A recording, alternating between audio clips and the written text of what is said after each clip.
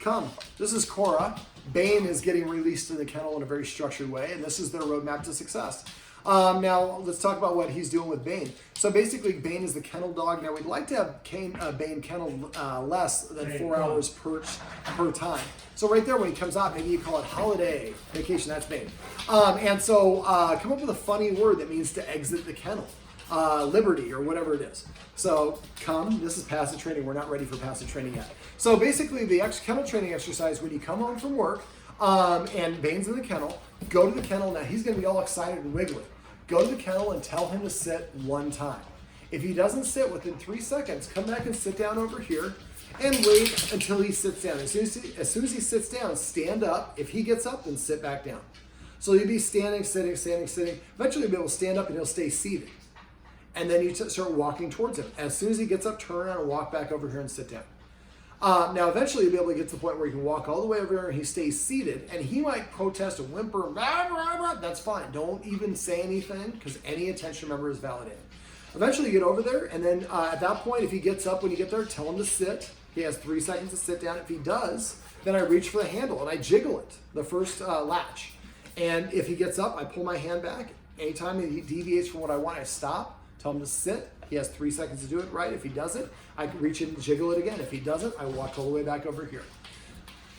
Eventually, you'll be able to open both latches and he'll stay seated, come. And then you can open that doorway and then step forward so you're blocking him from exiting with your legs. And tell him, and at that point, when you do that, if he gets up, don't tell him to sit. Just wait there for him to sit. He just sat. When he sits, take a step backwards. That'll probably get him to get up. When he does, take a step forward to block again. And then wait for him to sit on his own. When he sits, take a step back. You'll do this probably several times. Eventually, you'll step back and he'll stay seated. At that point, then you can invite him out. Cora's doing something mischievous. At that point, you can invite him out and again say freedom or vacation or holiday or break or whatever the word is, that specific word that means to leave the kennel. Once you get to that point, then you step back and then wait maybe 2 seconds before you invite him out, then 4 seconds, then 8. Eventually you get to the point where you could actually step back several feet and maybe even sit here, and the door is wide open. He's staying in the kennel waiting for permission to exit. This is a wonderful exercise to help the dog practice developing a little bit of self-control. All right, we talked about, first thing we did was we met outside, and that's Cora. And so Cora's a little bit of a wild card. She was not raised from a puppy. She was rescued, which is awesome. But she was, I think, abused from listener or guardians in a previous home. And so I think she probably developed some coping mechanisms, defense mechanisms, and a little bit protective of the house. Now, some of the other things we talked about in the session will help with that, which we'll get to in a minute.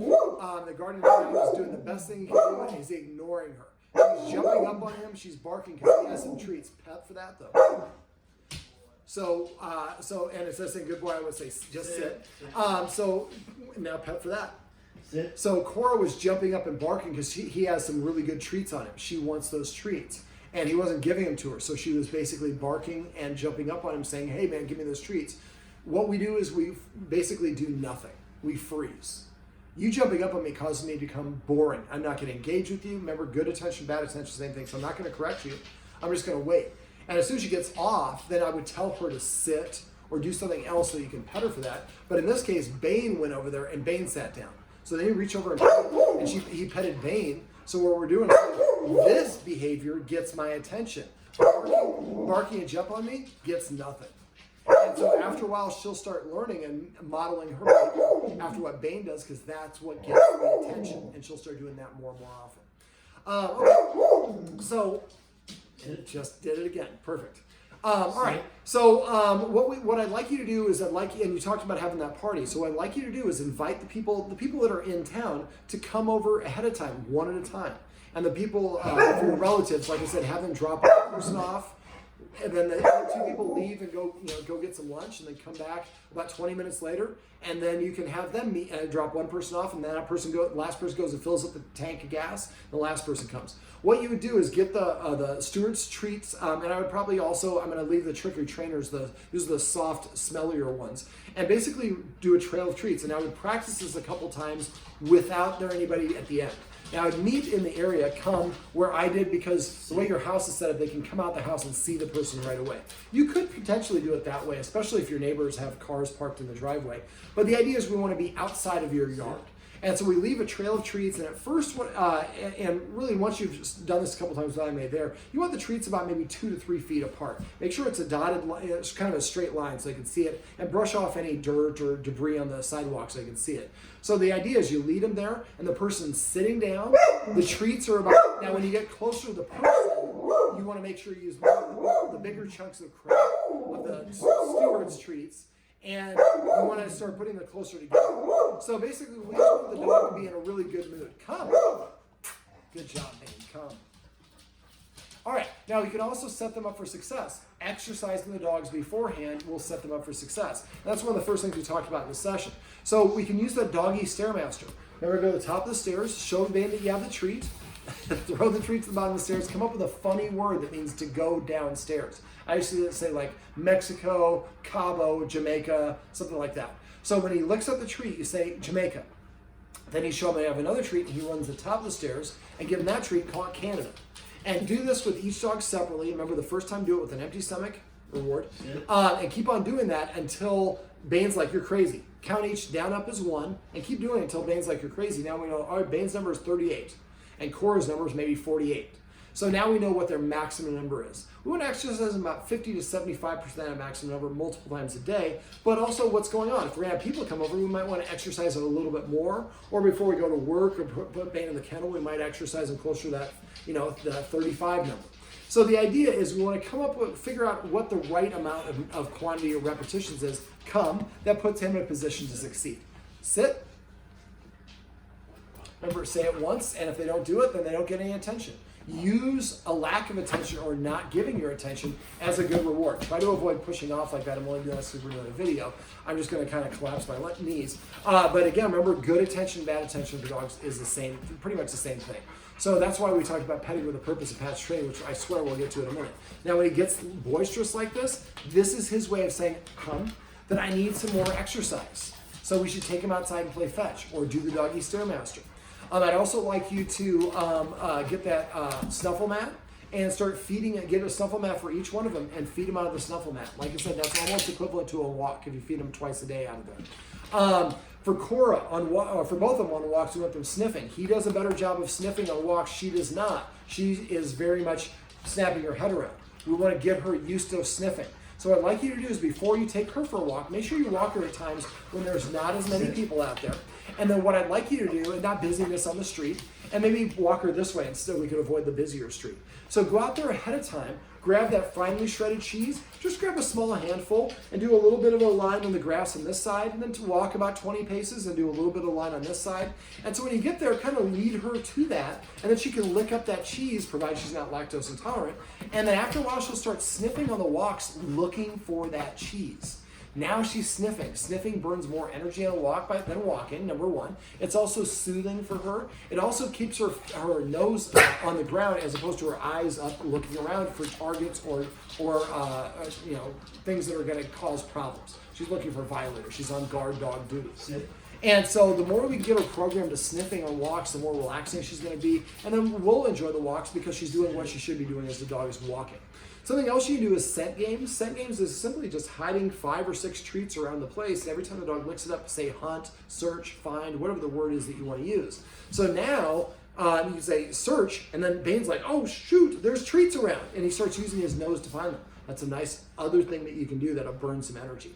So, all right, let me see. So those are some creative forms of exercise. Dogs also like to play fetch. That's a wonderful way to do it. And again, I would max them out. Take them out and fetch separately and figure out what Cora's maximum number is. But remember, before you go for a walk, you can exercise your dog before a walk. People never consider that. That sets the dog up for success. Before guests come over, we definitely want to exercise them. When he does this sort of thing, he's saying, I've got too much energy. Would you like me to wrestle with you, or would you like to take me outside and play fetch? Take him outside and play fetch, or do the doggy stairmaster. Okay, the next thing we talked about were rules, and he's trying to break one of the rules right now and get on the furniture. One of the first rules, and remember these rules should be in place for a minimum of 90 days or as long as the problems are still going on. Come. I beat you to the punch that time, didn't I? All right, so the first rule is not being allowed in the furniture. I would recommend you get the X mats, the letter X, M-A-T-S from Amazon or Chewy. They're about 11 to 13 bucks a piece. You probably need about 4, 5, 6, 7 or so for your couch. I don't think you'll need them for your chair there, but if you do, you might want to get one of those as well. And after about a month or two, then take one of these off the couch and reposition them. So instead of having one here, one here, one here, maybe one here, you kind of reposition them. Gradually, they kind of disappear, and the dogs get out of a habit of going on the furniture.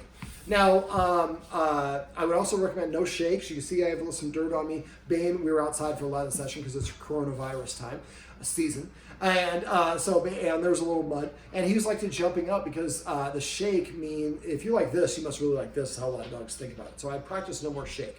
When you go to pet them, if they paw gets up on the ground, try not to wait until the paw gets all the way here. If this is the ground, try to stop shaking or stop petting the instant the dog gets about an inch or its foot off the ground. Eventually the dog will learn that inch, that's Bane. Yes, that's the tripod, buddy. The dog will learn that pulling my paw off the ground stops the petting process. And Bane, there you go, buddy. Eventually the dogs will learn not to do that. Come. Good job, Cora. Okay, so let me see. I've lost my train of thought. I was on, well, it'll come back to me. Good sit. Guardian's doing a great job of passively training those dogs. Exercising the dogs, like I said, sets them up for success.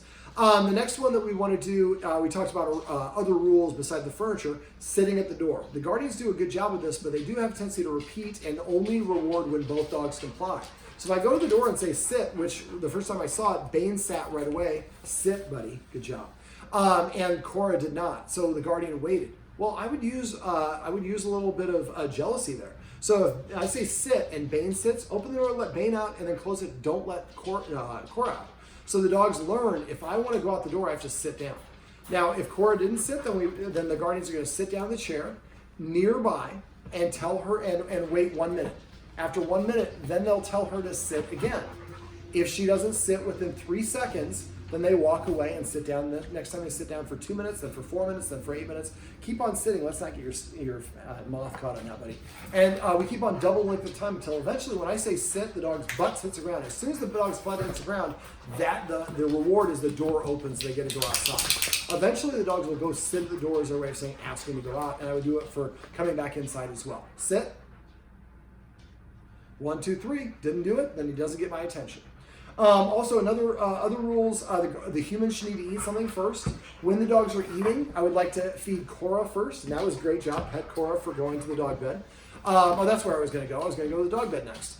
So for the dog beds, pull out 10 treats, and I would use the tricky trainers, or you can use a smaller, doesn't have to be these are really high value treats that I'm giving. These are the treats you use on that treat trail. I don't know if I talked about, did I talk about the treat trail, doing the treats? Okay.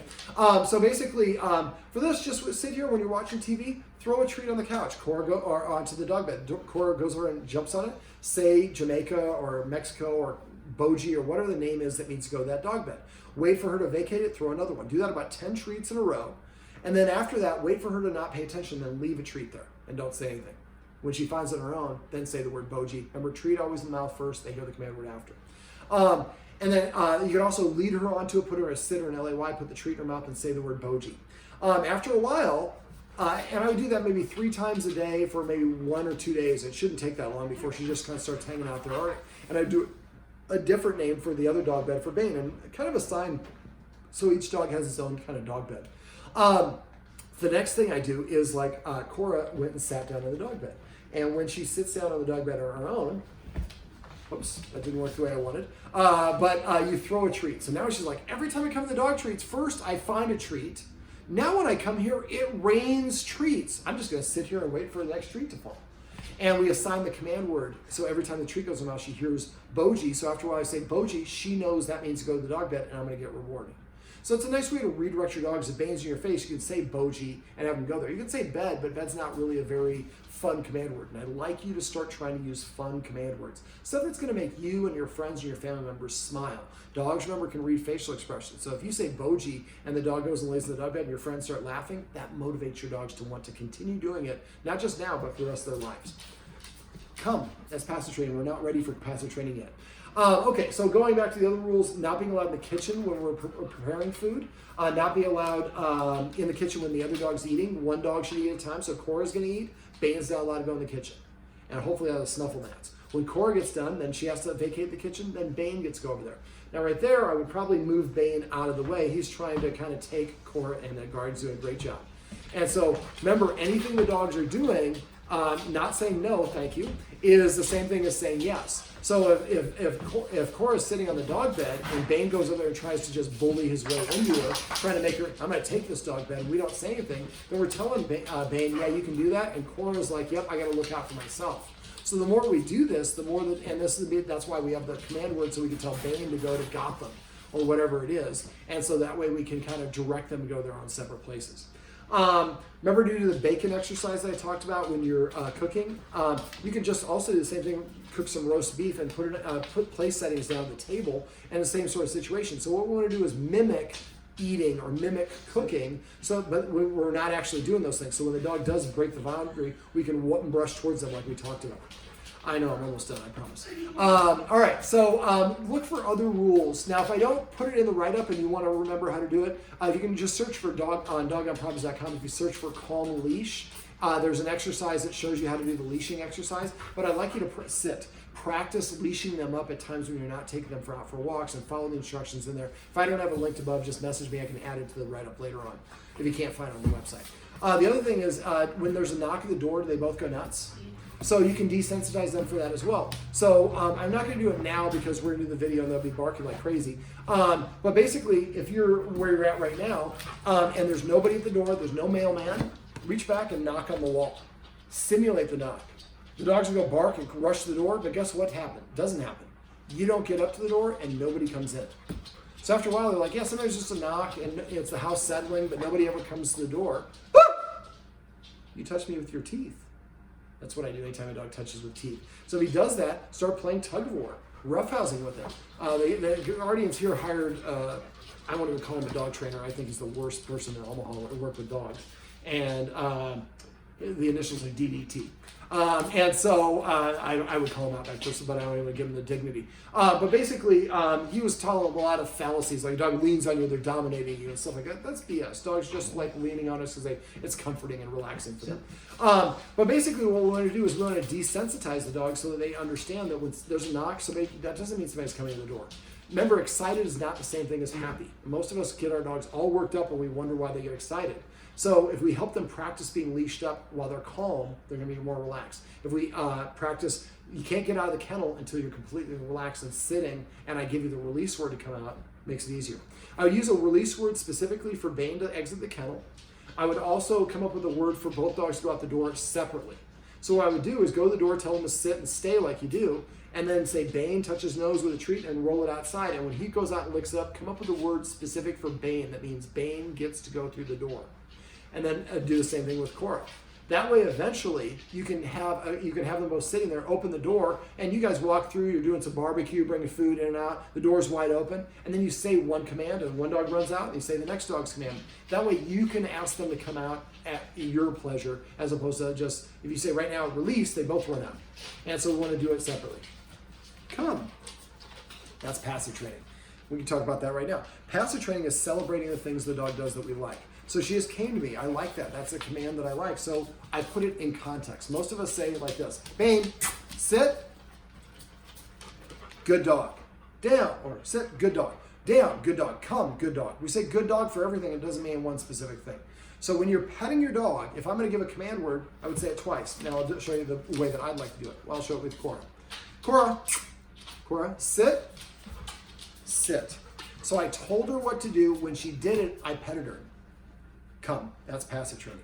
Now, careful if he's sticking his chin out over her back.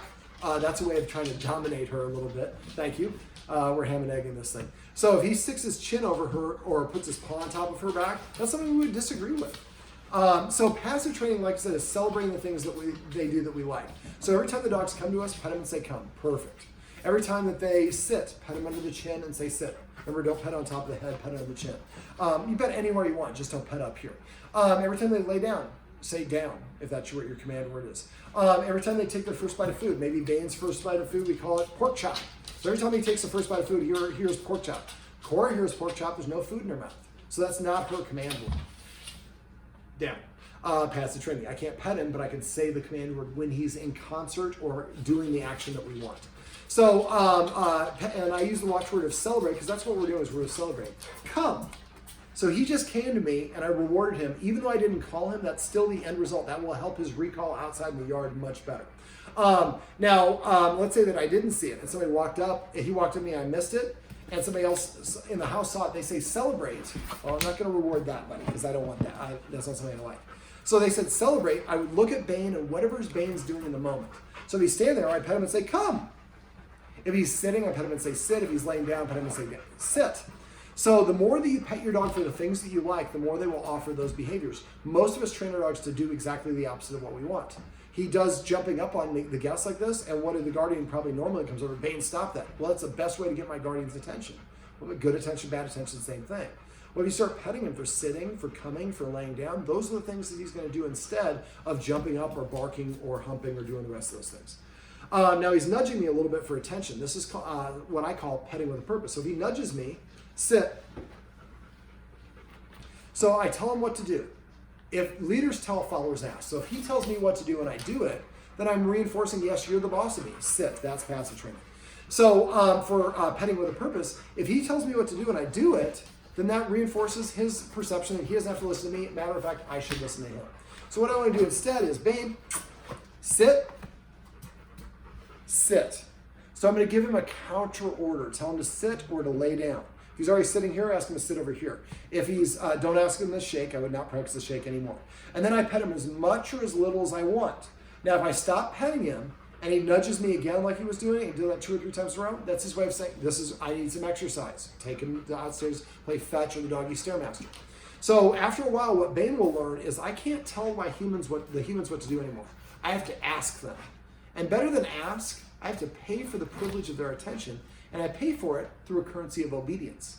What will happen is Bane will start sitting to prepay for that attention. When he does, make sure you reach over and pet him for that. Otherwise, he'll go back to nudging you and the other things that you don't like. Let's not chew on your harness. Remember to get a chain leash if he's chewing on the leashes too much. All right, so basically, after a while, he'll start sitting and prepaying for that attention. When he does that, we're going to pet him a little bit, or once to as many times as you want. Sit. Down. Down. And if he doesn't get your attention. Remember, playing hard to get works great for dating, works great for dogs as well. So we're also going to use the watchword of paycheck, because what we're doing is we're paying the dog for the things that we like them doing. Sorry, Bane, can't go up there. Especially, this is supposed to be the after video. So I'm going to sit on the couch with you. So paycheck means I suspect you forgot to pet with a purpose. So if I'm petting Bane and he's half standing or sitting on the couch like this, and the guardian says paycheck, I would stop petting, say, Bane, sit, sit. Actually, I asked Bane to sit down, but thanks, because I do forget to pet without a purpose. Even if you did it right, you stop petting the dog and tell the dog to sit again, then you reward him for doing the sit. The more that you get in the habit of petting with a purpose, the more, after a while, it just becomes habit for you. And eventually, you'll do it without even thinking. And once that becomes the case, it becomes a micro dog training session where every time you pet your dog, it increases the dog's respect for you as an authority figure because it's asking versus telling you. Number 2, it's boosting the dog's self-esteem because he's not getting this attention for looking good. He's getting this attention because he earned it. Number 3, it helps him practice sitting, which is going to make it easier for the sit and the come and the recall and all the rest of that stuff. Yes, we're almost done. You can't get up on the couch though. That's one of the rules. The X-Mats will help you with that. All right, let me think. We also went over the escalating consequences. If you forget how to do those, let me know. We practiced the out command. Down. Very good, down. So, should have just said down. So remember, practice, have 2 treats for every doorway in your room. Throw 1 treat out, he runs out and licks it up and say the word out. And then he'll come back in, do the second time. Do it to every doorway or portal in your room or area that you want him to leave. Then I repeat the whole thing, then I would stay in the living room, throw 1 treat in the kitchen, and when he goes in the kitchen, this time I would say kitchen, bedroom, dining, basement, and so on. So that way he has a different command word for each word in the house. And if he's doing stuff like this you don't like, the punishment, I don't even say punishment, I would say the consequences, he has to leave the room. So tell him out. And he can run and just go outside the room. He can turn around and come back, but if he leans up against you again or does something you don't like, then maybe this time he has to stay outside the room. So again, we don't want to punish dogs, but we do want to use consequences. And again, I would definitely talk to your vet about, what the timetable is for, he has only one of his boys have descended. And I've had clients where they waited a little bit too long and it created more health issues. And so I would probably try to get on that before he turns a year and a half. All right, anything else you want me to go over that I might have forgotten? I think so. Cora, come. Cora, you're gonna make me ask her twice? I do have treats here for you, Cora. Oh, look at that. Now the focus exercise, the video above. I like you, I said that's one thing I can go over. I'd like you to practice that one, each one of you 3 or more times a day. But remember, you want to get to 15 seconds within 7 days inside the house, then within 2 days outside the house, sit, and then eventually on walks. And don't try to use it to redirect the dog's attention until you can get to that 15-second on a walk. And when you're doing on walks, you want to get there about 3 to 5 days. And with coronavirus, we're probably doing a lot more walking because we're probably working from home a lot more. All right, well, this is the back of Cora, sit, and this is the back of Bane, sit. That was a little bit long for them to be sitting. Remember, you have 3 seconds. Correct or reward them within 3 seconds of doing it. Dogs learn through repetition, consistency, and good timing. Also, remember, if they're unbalanced, I can lay my hand on her. She associates touch with affection, but if I'm petting her, anything she's doing when I'm petting her, come is what I'm rewarding. Right now I'm rewarding the come, but if you pet a dog that's excited or fearful or anxious, you'll make them whatever that unbalanced state of mind is. Sit. So make sure you pet your dogs with a purpose, celebrate the things you want through passive training, enforce those rules, increase exercise, practice the focus exercise. If you have any questions or concerns, things stop working, or you have other questions or problems, please text me. If I don't hear from you, I assume everything's going great. This is Bane, this is Cora, this is the roadmap to success. I'm David. Remember, everything you do trains your dog. Only sometimes you mean it.